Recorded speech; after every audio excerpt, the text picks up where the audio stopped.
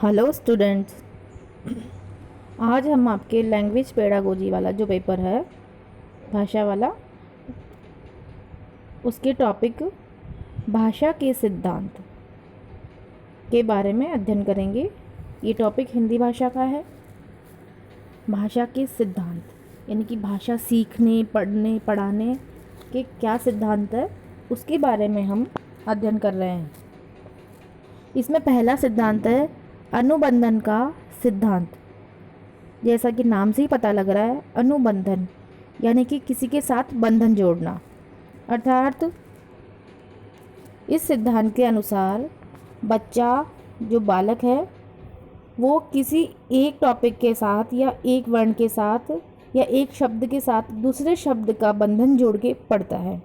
जैसे कि ए या ऐसे अनार या आ से आम या आ की मात्रा के शब्द या ई की मात्रा के शब्द, तो बच्चा एक आ की मात्रा का शब्द बोलना सीखेगा जैसे आम। उसके बाद वो आ की मात्रा के कई सारे शब्द अपने आप बना लेगा। इस प्रकार से अनुबंधन का सिद्धांत है। दूसरा सिद्धांत है अनुकरण का सिद्धांत। इसमें होता है अनुकरण यानी कि पीछे चलना जिसे कहते हैं, किसी का अनुकरण करना यानी कि कोई कुछ बोल रहा है तो उसको दोबारा बोलना, या किसी की नकल करना या किसी का पालन करना। अनुकरण के सिद्धांत में बालक जो है दूसरों को देखकर, दूसरों को सुनकर बोलना सीखता है, पढ़ना सीखता है। तीसरा है क्रियाशीलता का सिद्धांत यानी कि विभिन्न एक्टिविटीज़, जो कई सारे क्रियाकलाप होते हैं, एक्टिविटीज़ होते हैं, उनके द्वारा बच्चा सीखता है। कि क्लासरूम में हम किसी प्रकार की एक्टिविटीज़ बच्चों को दे देते हैं, कुछ आप बनाने के लिए दे दो, या कोई वर्ड है सुलेख लिखने के लिए दे दो, श्रुति लेख लिखने के लिए दे दो। इस प्रकार से कोई भी क्रिया हम बच्चों को दे देते हैं, बच्चा उसके हिसाब से सीखता रहता है, पढ़ता रहता है। इससे बालक में रुचि भी होती है, क्योंकि बच्चा जब खुद कोई काम करके सीखता है, पढ़ता है, तो उसमें रुचि होती है और करके सीखने की प्रक्रिया का भी विकास होता है। फोर्थ है अभिप्रेरणा का सिद्धांत। अभिप्रेरणा यानी कि मोटिवेशन।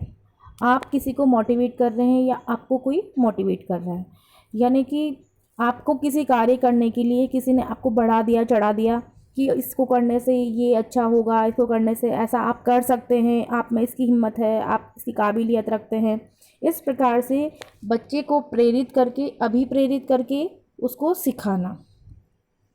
फिर है फिफ्थ पॉइंट है अभ्यास का सिद्धांत। अभ्यास यानी कि बार बार किसी कार्य को करना। भाषा कौशल का बार बार अभ्यास करने के द्वारा अभ्यास करके पढ़ना।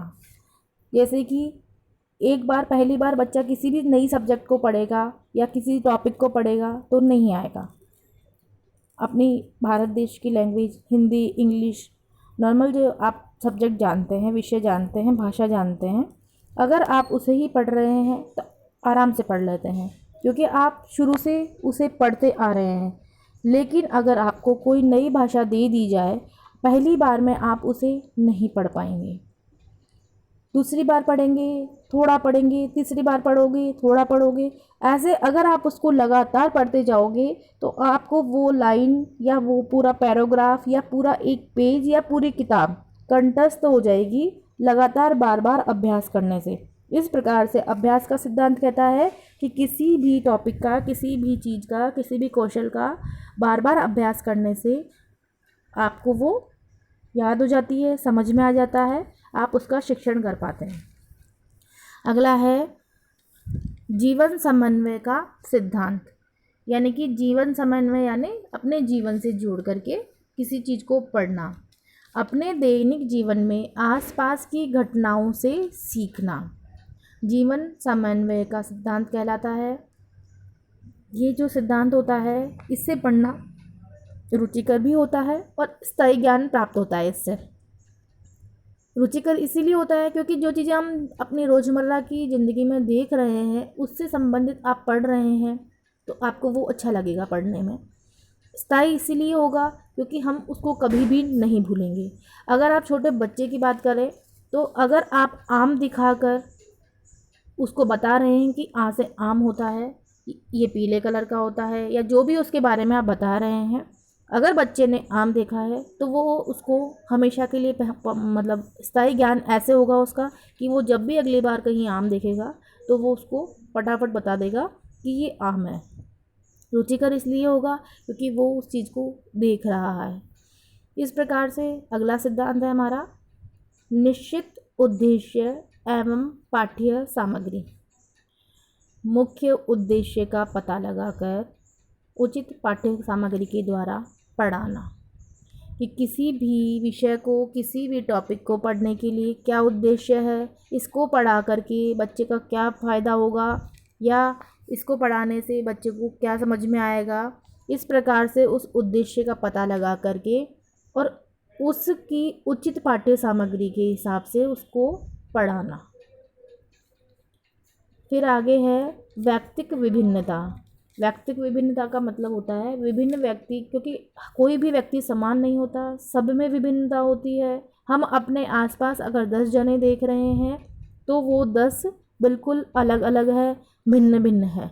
हमारे परिवार के भी अगर 10 सदस्य हैं, भाई बहन हैं, उनमें भी कहीं ना कहीं भिन्नता होती है। तो कक्षा में विभिन्न बुद्धि लब्धि के बच्चे होते हैं, कई प्रकार के बच्चे होते हैं। किसी की बुद्धि लब्धि ज़्यादा अच्छी है, किसी की कमज़ोर है। ये हम अपने आसपास देखते ही हैं कि कुछ बच्चों को एक ही बार पढ़ाया समझ में आ गया, कुछ बच्चों को 4 बार पढ़ाया तो भी नहीं समझ में आया। तो इस प्रकार से उन बच्चों की IQ लेवल को पहचान करके, उनकी बुद्धि लेवल को पहचान करके कि किस प्रकार का बच्चा है, उस हिसाब से उनको शिक्षा देनी चाहिए, पढ़ाना चाहिए और उचित विधि का प्रयोग करना चाहिए। आगे है अनुपात एवं क्रम का सिद्धांत। विभिन्न भाषा कौशलों जैसे कि सुनना, बोलना, पढ़ना और लिखना, कौशल जो होते हैं भाषा के यही तो होते हैं, सुनना, बोलना, पढ़ना और लिखना। सभी का अनुपात क्रम समान होना चाहिए। भाषा का विकास तभी संभव है कि मान लो कि किसी बच्चे को सिर्फ सुनना है, मतलब सुनना आता है, केवल उसने सुना, पढ़ना नहीं आ रहा उसको, या उसके बोलने में कोई प्रॉब्लम है, या उसकी लिखावट में प्रॉब्लम है। तो अगर किसी भी एक कौशल में अगर उसकी प्रॉब्लम है तो वो उसको पढ़ाई में बाधा पहुंचाएगा।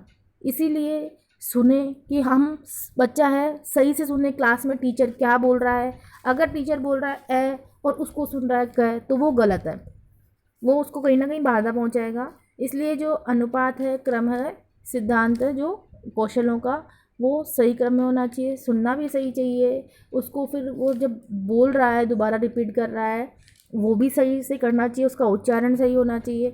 पढ़ने में भी उसको सही पढ़ना चाहिए। कई बार हम नहीं देखते हैं कि कई बच्चे फ को स बोल रहे हैं या और किसी वर्ड को दूसरा वर्ड बोल रहे हैं, वो उनके उच्चारण संबंधी, क्रम संबंधी, अनुपात संबंधी उनकी प्रॉब्लम होती है कि बोलने में प्रॉब्लम आ रही है, लिखने में नहीं आती है उनको, लिख सही देते हैं पर बोल गलत पाते हैं, या कई बार बोल सही देते हैं पर उसको गलत लिख पाते हैं। इस प्रकार से क्रम का सिद्धांत कहता है कि क्रम भी जो है बिल्कुल क्रम अनुसार होना चाहिए।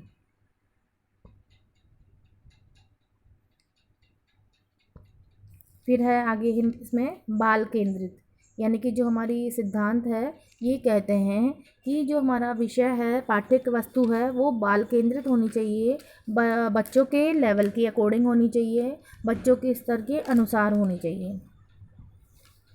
फिर आता है शिक्षण सूत्रों का सिद्धांत। पाठ्य वस्तु तथा बालकों के स्तर के अनुसार शिक्षण सूत्रों का प्रयोग करके पढ़ाना चाहिए।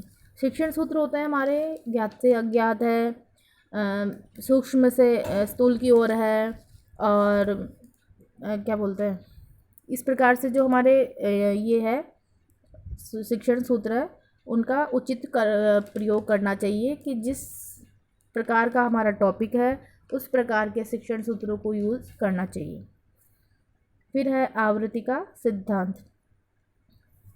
आवृत्ति यानी कि बार बार किसी चीज़ को बोलना, सस्वर वाचन करना, बार बार पढ़ने व सुनने से भाषा कौशल का विकास होता है। सस्वर वाचन यानी कि जोर जोर से उच्चारित करके बोलना।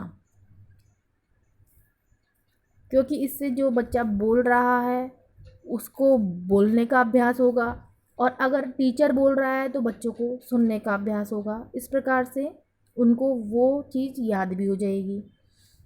फिर है बोलचाल का सिद्धांत। लगातार बातचीत करना, संवाद करना आदि से भाषा उचित विकास होता है। भाषा का जो है उचित विकास होता है बार बार बोलने से, बातचीत करने से। वाद विवाद प्रतियोगिताएं करानी चाहिए इसके लिए, क्योंकि क्लास में जब वाद विवाद प्रतियोगिताएं हैं, आप कोई समूह चर्चा दे रहे हैं या कोई संवाद प्रतियोगिता कर रहे हैं, तो इस प्रकार से उनकी बोलचाल का विकास होता है, उनकी भाषा का विकास होता है। आगे है चयन का विकास। उचित शिक्षण बिंदु, शिक्षण विधियों तथा विषय वस्तु का चयन करके भाषा शिक्षण करवानी चाहिए। यानी कि जिस प्रकार का टॉपिक है आपका, जिस प्रकार की पाठ्य वस्तु है, उसी प्रकार की किसी भी शिक्षण विधि का या शिक्षण बिंदु का चयन करना चाहिए और उसके हिसाब से आप बच्चों को पढ़ाना चाहिए। आज की क्लास में इतना ही है। Thank you.